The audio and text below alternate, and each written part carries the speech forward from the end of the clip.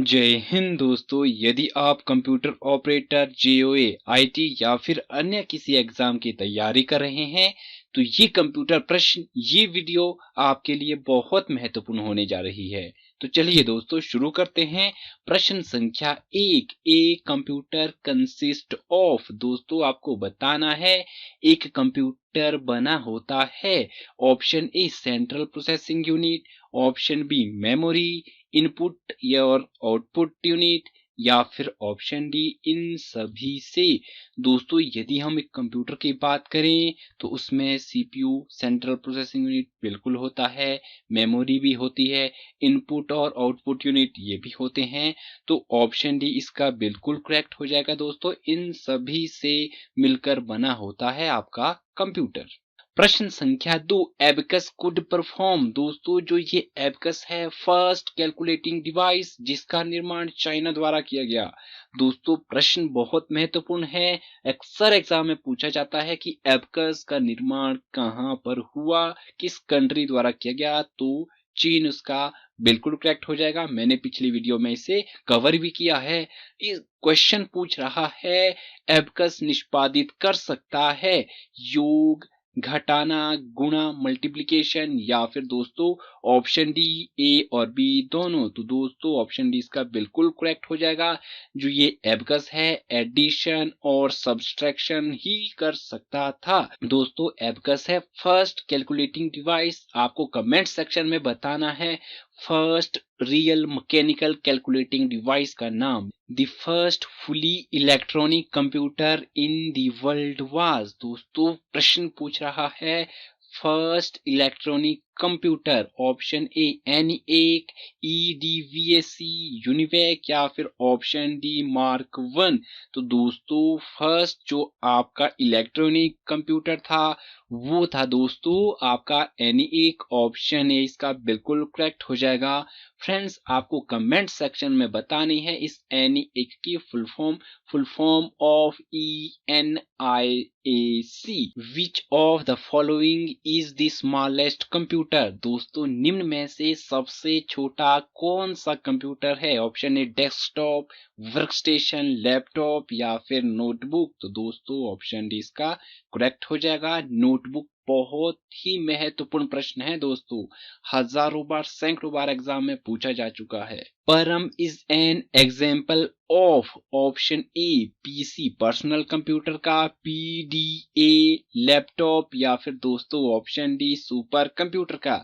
तो दोस्तों option D इसका बिल्कुल करेक्ट हो जाएगा। जो ये परम है भारत का प्रथम सुपर कंप्यूटर था। ध्यान से सुनिएगा दोस्तों, परम भारत का प्रथम सुपर कंप्यूटर है। तो ऑप्शन डी इसका बिल्कुल करेक्ट हो जाएगा।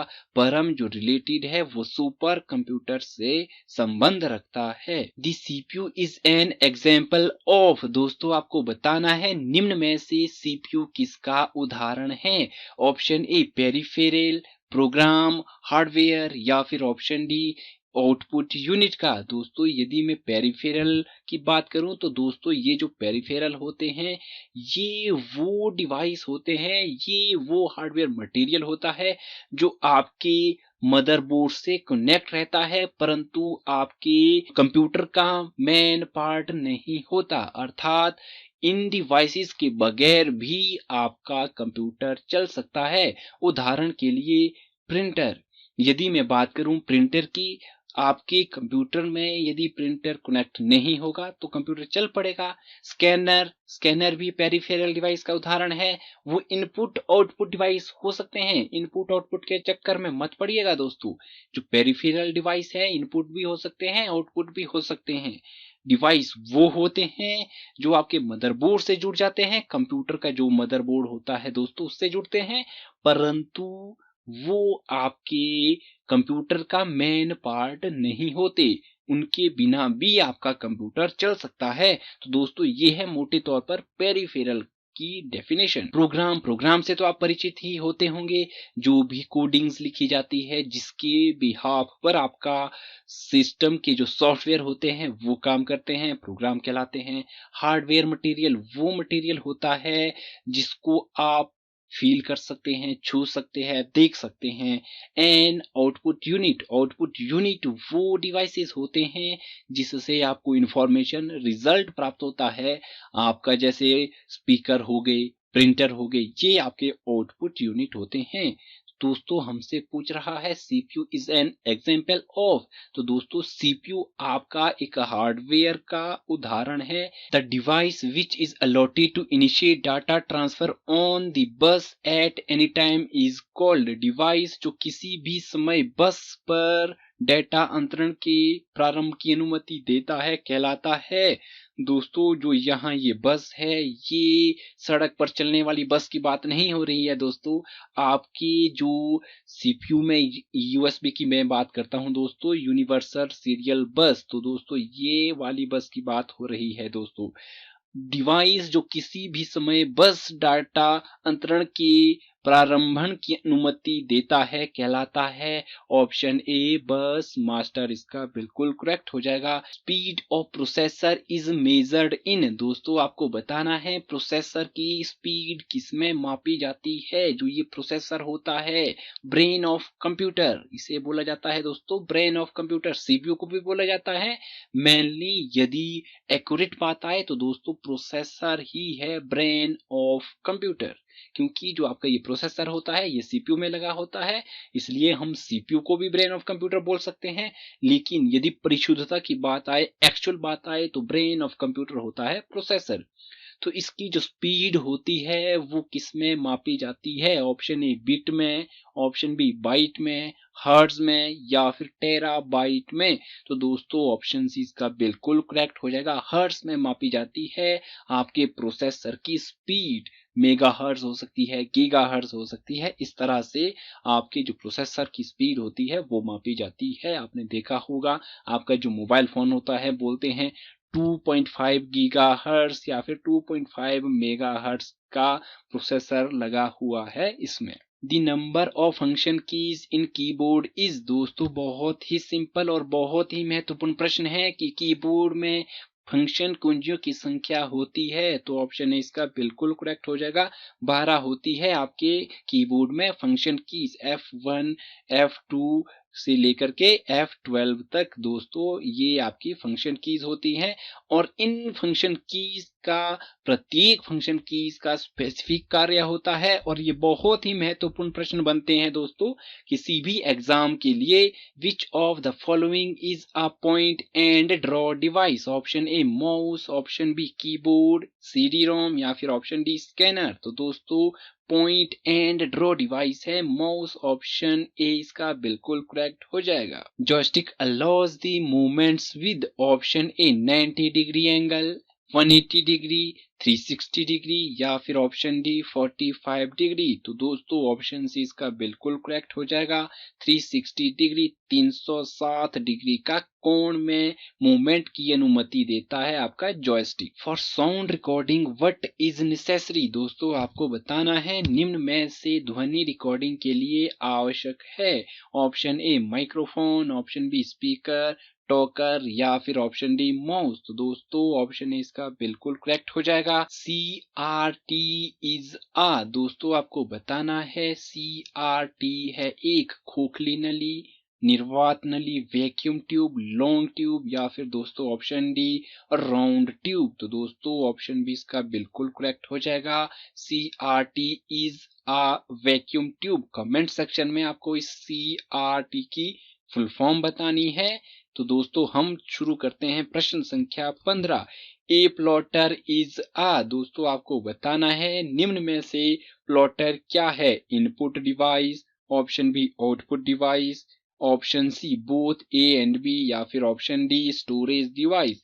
दोस्तों जो आपका प्लॉटर है वो आउटपुट डिवाइस है। प्लॉटर दोस्तों आपका एक प्रिंटर ही होता है।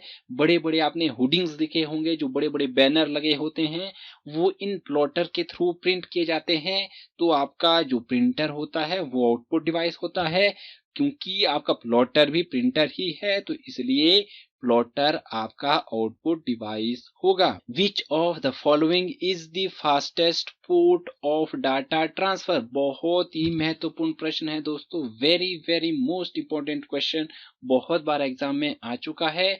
निम्न में से कौन सा डाटा ट्रांसफर का तीव्रतम पोर्ट है? Option A USB universal serial bus, option B serial, option C parallel, या फिर ऑप्शन डी फायरवायर। दोस्तों ऑप्शन डी इसका बिल्कुल करेक्ट हो जाएगा। फायरवायर आपका डाटा ट्रांसफर का फास्टेस्ट पोर्ट है निम्न में से। Half byte is known as, दोस्तों आपको बताना है निम्न में से हाफ बाइट को और किस नाम से भी जाना जाता है? Option A data, option B bit, option C half byte, या फिर ऑप्शन डी निबल। तो दोस्तों ऑप्शन डी इसका बिल्कुल करेक्ट हो जाएगा। Half byte is known as nibble. दोस्तों मैं आपको बता दूं, ये जो बाइट है स्टोरेज की मात्रक है, स्टोरेज का यूनिट है, ठीक है। बिट सबसे छोटी इकाई है स्टोरेज की। बहुत महत्वपूर्ण प्रश्न है, बहुत महत्वपूर्ण बात कह रहा हूं दोस्तों। जो ये बिट है सबसे छोटी इकाई है, मैं पिछली वीडियो में कवर कर चुका हूं।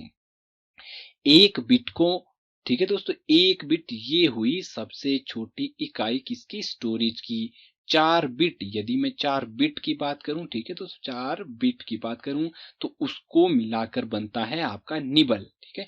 8 बिट की बात करूं, ठीक है दोस्तों, उसको मिलाकर बनता है दोस्तों आपका बाइट, ठीक है, ये बाइट। 8 बिट को मिलाकर आपका बाइट बनता है। तो एक बाइट बनाना दोस्तों, एक बाइट में कितने बिट हुए?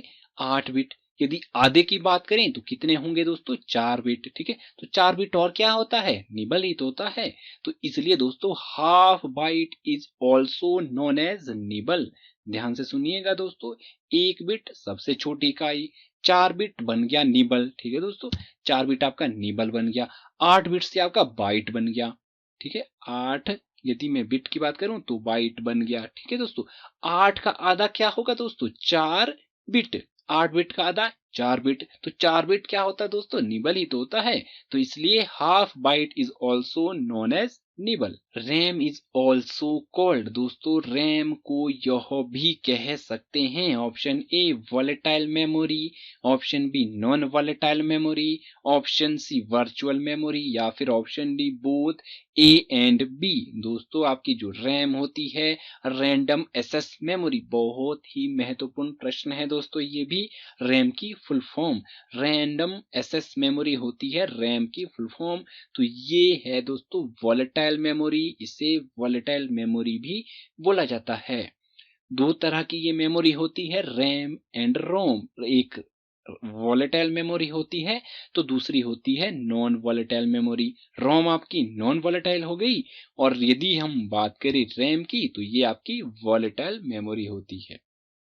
अब ये वॉलेटाइल और नॉन वॉलेटाइल का मतलब क्या है, मैं वैसे तो पिछली वीडियो में कवर कर चुका हूं, फिर भी थोड़ा सा समझा देता हूं।